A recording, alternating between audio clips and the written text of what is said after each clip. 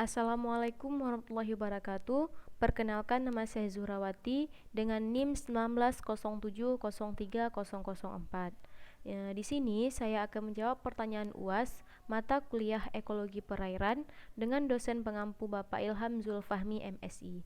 Baik, langsung saja ke pertanyaan pertama, yaitu apa perbedaan ekosistem rawa dan ekosistem waduk.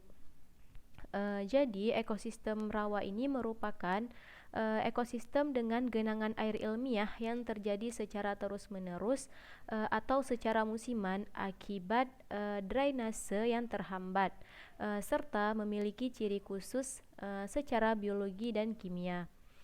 Ekosistem rawa ini memiliki beberapa ciri seperti air yang berwarna lebih keruh, kemudian air yang bersifat lebih asam, kemudian sebagian besar lahannya ditutupi oleh tanah.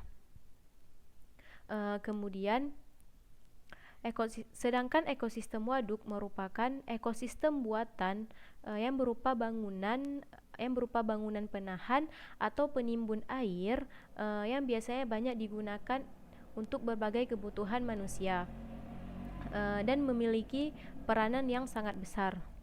Kemudian selanjutnya soal yang kedua, yaitu hulu dan hilir memiliki ekosistem yang sama. Apakah benar? Hulu merupakan bagian sungai yang terletak di daerah pegunungan, dan bagian hulu ini merupakan permulaan dari aliran sungai, sehingga air yang mengalir pada hulu merupakan air yang bersifat berwarna lebih jernih.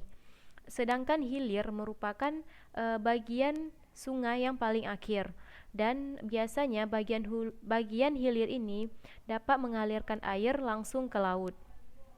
Kemudian pertanyaan ketiga ialah mangrove dapat mengurangi sebaran limbah perairan. Apakah benar? Jawabannya benar, dikarenakan mangrove memiliki kemampuan biofilter, yaitu kemampuan untuk menyaring, kemudian mengikat, menangkap polusi di alam bebas berupa kelebihan sedimen, sampah, dan limbah buangan rumah tangga dan lainnya. Kemudian pertanyaan keempat ialah apa dampak pencemaran limbah organik terhadap ekosistem perairan?